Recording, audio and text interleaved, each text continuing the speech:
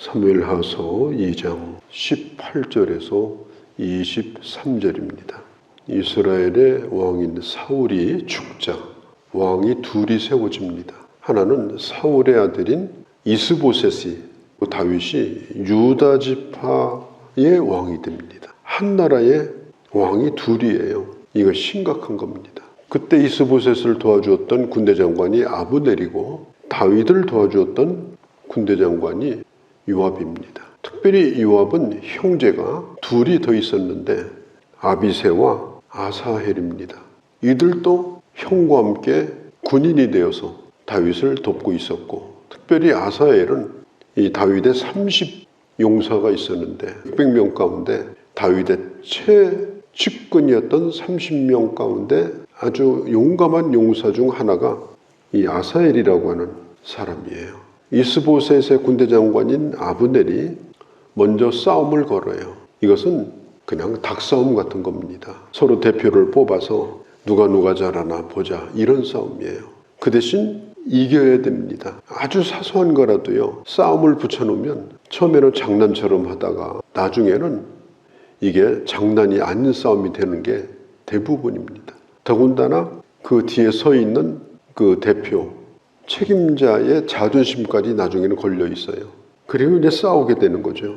그렇게 하다가 나중에 이 양쪽에 있는 병사들이 전부 대표가 죽어요.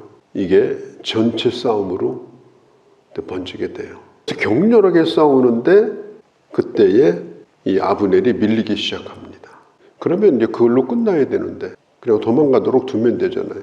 그때에 요압의 동생인 아사헬이 아브넬을 잡겠다고 쫓아가기 시작해요. 이 아사헬의 별명이 뭐냐? 18절에 들노루 같은 사람이에요. 노루가 얼마나 잘 뜁니까? 그만큼 이 아사헬이 잘 달렸습니다. 요즘으로 말하면 100m를 아마 10초 안에 끊을 정도로 어마어마한 속도로 달리는 그런 장점을 가지고 있었어요. 근데 아브넬이 이제 도망을 치는데 사실 아브넬은 대단한 군인이에요. 머리가 좋은 군인이고 용맹스럽고 아사헬의 상대가 안 됩니다. 아사헬이 아브넬과 싸워서 이길 수 없어요. 그런데 쫓아가요.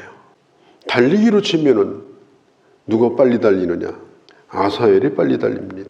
자꾸 뒤쫓아오니까 이 아브넬이 얘기를 하는 거예요. 왜 자꾸 나를 쫓아오느냐? 왜 자꾸 나를 쫓아오느냐? 왜냐하면 싸우지 않을 수가 없잖아요. 결국은 싸워야 되니까. 아브넬은 아사헬을 죽이고 싶지 않았어요. 그래서 이렇게 얘기합니다. 내 좌편에 있는 부하든지 우편에 있는 부하든지 내가 붙여줄 테니까 그를 살리든지 죽이든지 네 맘대로 하고 그들의 군복을, 무기를 전리품으로 가지고 돌아가라. 그런데 아사헬은요, 오로지 아브넬만 잡으려고 그래요. 또 쫓아가요. 그러니까 또 경고를 합니다. 너 계속 나를 쫓아오면 내가 너를 죽여야 된다. 그러면 네 형 요압의 얼굴을 내가 어떻게 보겠냐. 더 이상 쫓아오지 말라. 또 경고를 해요. 그래도 아사헬은 또 쫓아가요. 왜 그럴까요? 달리기는 잘하거든요. 아브넬이 왜 이랬을까? 아브넬은 왕 제목도 아닌 사울의 아들 이스보셋을 왕으로 지금 삼고 있거든요. 그리고 그 이스보셋이 오래 못 갈 것도 다 알고 있어요.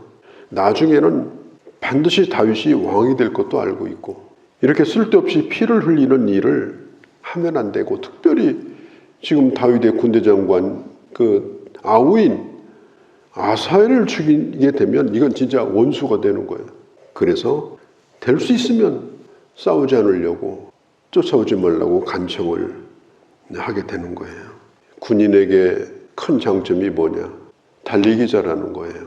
속도가 좋다고 하는 것은 굉장히 큰 장점이에요. 어떤 걸 하든지 간에. 그런데 문제는 뭐냐?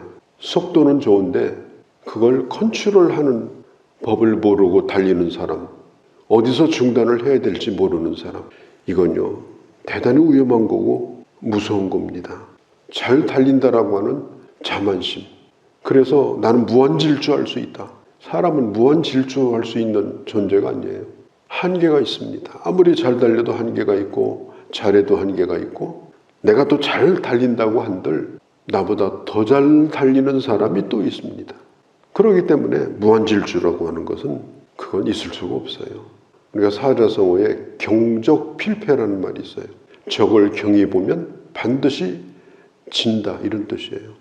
적이 아무리 연약한 자라 할지라도 최선을 다하고 신중히 하고 상대방을 얕잡아 보지 말아야 되는데 자기 잘 달리는 것만 믿고 나는 끝까지 할 수 있다, 이렇게 되면 반드시 진다는 겁니다. 목회도 경쟁처럼 되어버린 그런 세상인 것 같아요. 그래서 어떤 일이든지 그게 교회 일이건 사회생활이건 간에 그냥 무한 경쟁 속에 던져진 경주마처럼 그렇게 지금 달리고 있는 우리들의 모습이 아닌가, 이렇게 생각을 해요. 제가 고등학교 다닐 때 우리 동네에 그 동네 형이 하나 있었어요. 그때 이제 서울 아현동 쪽에 살았는데, 근데 바둑을 참 잘 둬요. 그래 학교 갔다 오다가 이제 바둑을 배울 생각으로 이제 열심히 바둑을 배웠습니다. 이게 보니까 굉장히 재밌는 거예요, 바둑이. 전혀 몰랐거든요. 그러다가 조금 이제 배울 줄 아니까 내가 이길 생각만 하는 거예요. 이렇게 놓으면 이긴다. 그런 것만 들어가지고 펀펀해지는 거예요. 다 이긴 줄 알고 작전을 짰는데 그 한 수 놓으면 끝나. 그러니까 점점 열이 받치는 거예요. 지금 생각하면 그게 하수의 한계입니다. 잡아먹을 생각만 하고 본인이 죽을 줄 모르는 거, 상대방이 이길 생각만 하고 본인이 잡아먹힐 것을 모르고 덤비는 하수. 그래서 이게 참 잘 달린다는 게 얼마나 큰 장점이에요. 사람은 또 사람 나름대로 다 우리에게 장점이 또 있습니다. 잘하는 것들이. 그런데 잊어서는 안 될 건 나보다 더 잘난 사람이 많아요. 백전노장인 아브넬입니다. 아브넬은 머리도 좋고 용맹스러운 사람이에요. 그러니까 사울의 아들을 앞세워가지고 힘을 발휘하고 있는 거 아니에요? 그런데 아사엘은 젊어요. 부글부글 끓어요. 왜 부글부글 끓냐? 속에서 열불이 나니까. 계속 그 열불에다 불을 때우면요, 나중에는 물이 끓다가 물이 다 달아버려요. 물이 달으면 나중에 솥단지가 달아요. 멀겋게. 그러다가 그 솥단지가 집에 불이 붙어요. 그래서 집을 홀라당 태우는 거예요. 참 이런 일들이 얼마나 많습니까? 그래서 나중에 아사엘이 죽게 돼요. 그만 달려와 그만 달려 그러니까 계속 달려요. 휙 돌아서 가지고 창을 찌른 것도 아니에요. 창을 갖다 대니까 쥐가 달려들어 가지고 그게 가슴을 뚫고 등으로 관통이 되어버렸어요. 그래서 그 자리에서 죽었어요. 참 얼마나 이게 허무한 일이에요. 그러니까 이번에는 이 아사엘의 죽자 요압과 다윗의 용사들이 또 참을 수가 없습니다. 계속해서 또 이 아브넬을 추격을 해요. 임마라고 하는 곳까지 갑니다. 성경에 보니까 거기는 어디냐? 넓은 초원이 있는 곳이에요. 모든 게 다 내다 보이는 곳. 그곳까지 가가지고 그곳에 있는 언덕 위로 아브넬이 올라가요. 좋은 자리를 잡은 거예요. 그 자리로 올라갑니다. 아브넬이 요압에게 소리를 질러요. 언제까지 우리 싸울 거냐? 자, 이렇게 싸우게 되면 결과가 얼마나 참혹하게 되겠느냐? 이렇게 형제끼리 추격하는 일을 멈추라고 당신의 부하들에게 좀 명해달라. 그만하자. 이렇게 요청을 합니다. 그때 이 말을 들은 요압이 엄청나게 분노를 해요. 처음에 싸움을 걸어온 게 누구냐? 그리고 내 착한 동생을 네가 죽여놓고 우리더러 돌아가라고 하냐? 이렇게 얘기를 합니다. 27절에 보면은 요압이 이르되 하나님의 살아계심을 두고 맹세하노니 네가 말하지 아니하였다면, 이게 무슨 얘기인가 하면 처음에 한번 겨뤄보자 이렇게 그 시작을 하지 않았다면 이런 일이 생기지 않았지 않을 거느냐. 무리가 아침에 각각 다 돌아갔을 것이요. 그렇게 연못을 두고 대치하고 있다가 서로 소리만 지르고 겁만 주고 그러다가 싸우지 않고 돌아갈 것인데 그 형제를 쫓지 아니하였으리라. 싸움을 먼저 네가 걸었기 때문에 지금 이 지경까지 온 것이다. 그런데 이상하게 거기까지만 얘기하고 요압이 군대를 거두어 가지고 돌아가요. 추격을 안 해요. 왜 그러는지 알 수는 없어요. 그리고 아브넬이 불안합니다. 분명히 자기가 잘못했는데 요압의 동생까지 자기가 죽였는데 돌아가는 걸 보니까 아무래도 예감이 불길해요. 저자가 왜 그럴까? 그때 점검을 해보니까 요압의 군대가 19명이 죽고 그 다음에 그 죽은 자들 가운데는 요압의 동생인 아사엘도 포함이 되어 있습니다. 그런데 아브넬에게 속한 자들이 무려 360명이 죽어요. 객관적으로 볼 때는 그러니까 아브넬이 패배한 겁니다. 요압이 거기까지만 하고 곧장 다윗이 있는 헤브론으로 돌아가지 않고 어디로 갔는가 하면 베들레헴으로 갑니다. 베들레헴이 어디냐면 자기 가족묘가 있는 곳이에요. 자기 동생의 시신을 거두어다가 거기서 장사를 치르고 32절에 무리가 아사엘을 들어올려 베들레헴에 있는 그 조상의 묘에 장사하고 요압과 그 부하들이 밤새도록 걸어서 헤브론에 이르니 날이 밝았다. 장난처럼 시작된 이 싸움이 나중에는 이렇게 점점 번져가지고 큰 상처를 남기고 참 쓸쓸하게 이 전쟁이 끝이 나고 맙니다. 그런데 이것은 사실 휴전이 아니었어요. 앞으로 보겠습니다만은 계속 악순환이 계속됩니다. 아브넬도 권력을 가지고 있기 때문에 포기를 잘 하질 못했어요. 요압은 원한이 있어요. 양쪽이 부딪힙니다. 이게 결국은 동족 내전으로 번지게 되고 요압에게 있어서 제거 1호 대상이 바로 아브넬이 되어버렸어요. 이거 보면 아브넬은 참 결국은 대단히 불행한 자가 되고 말았죠. 나중에 아브넬이 요압의 손에 의해서 죽습니다. 다윗은 아브넬이 굉장히 좋은, 어떻게 보면 요압보다도 뛰어난 사람이라고 생각을 했고 아브넬을 자기 부하로 삼고 싶었어요. 다윗이 아브넬아 나한테 와라. 내가 너를 받아주겠다. 그러니까 좋아가지고 아브넬이 다윗을 만나러 가다가 중간에서 요압이 아브넬을 죽여버려요.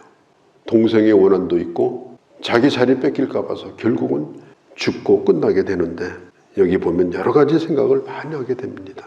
장난처럼 시작된 것이 결국은 전쟁이 되어지고 큰 불행으로 이어지는 경우가 국가에도 있고 개인에도 얼마든지 있을 수 있다.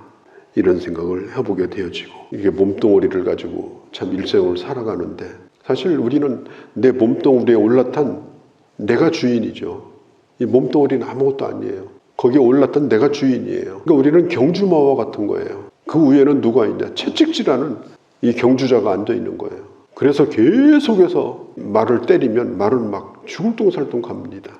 그렇게 한 번 이기고 두 번 이기고 그러면 자꾸 경주에 나와요. 그러다가 어느 날인가는 이제 병이 생깁니다. 무슨 사고가 납니다. 그러면 결국은 그 말은 경주에 뛰지 못하고 저 시골에 어디 보내지든지 아니면 식용으로 쓰이든지 이제는 경주마가 아니라 그냥 비참한 하나의 동물이 돼서 끝나고 마는 거예요. 그러니까 우리 자신이 언제까지 달릴 수 있는가. 무한질주는 안 된다. 어떤 것이든지 절제하고 그만둘 때 그만두고 그렇게 가지 않으면 언젠가 내 자신이 결국은 쓸모없는 폐물이 될 수도 있다. 이런 생각을 해보면서 무조건 그냥 잘하자. 내가 저 사람 이기자. 그래서 나 자신을 채찍질하는 것도 중요하지만 우리가 참 잘 달려오지 않았습니까? 힘든 가운데 얼마나 잘 달려왔어요. 얼마나 어려운데 잘 참고 여기까지 왔습니까? 그러니까 누구와 경쟁하고 이런 것보다도 내 스스로를 내가 격려하고 잘했다고 나를 칭찬하고 그러면서 스스로가 만족하면서 끝까지 잘 이렇게 걸어갈 수 있는 지혜도 참 필요하다. 이런 생각을 오늘 이 말씀을 보면서 생각을 해보게 됩니다. 거룩하신 우리 아버지, 오늘 아사엘이라고 하는 한 젊은이가 폭풍과 같이 질주했지만 어느 순간 자기 속도에 못 이겨서 결국은 그 자리에서 쓰러지고 말았습니다. 조그만 장난으로 시작된 것이 결국은 전쟁으로 번지고 나중에는 내전에 돌입하게 되는 그런 일도 저희가 보았습니다. 내가 잘하는 것이 많지만 또한 부족한 것도 많음을 알고 늘 겸손하게 주님께 붙들려져서 내 인생을 지혜롭게 끝까지 잘 걸어가며 끝까지 잘 쓰여지며 하나님 앞에 영광이 되어지는 삶이 되어지도록 하나님 저희들을 추정하시고 저희들을 인도하여 주옵소서. 특별히 오늘 이 새벽에 나와 주 앞에 기도하는 주의 자녀들을 기억하시고 저희들이 구한 것보다 더 귀하고 아름다운 것들로 채워주시고 우리 하나님께서 삶의 응답을 베풀어 주시옵소서. 우리 주 예수님의 이름으로 기도하옵나이다. 아멘.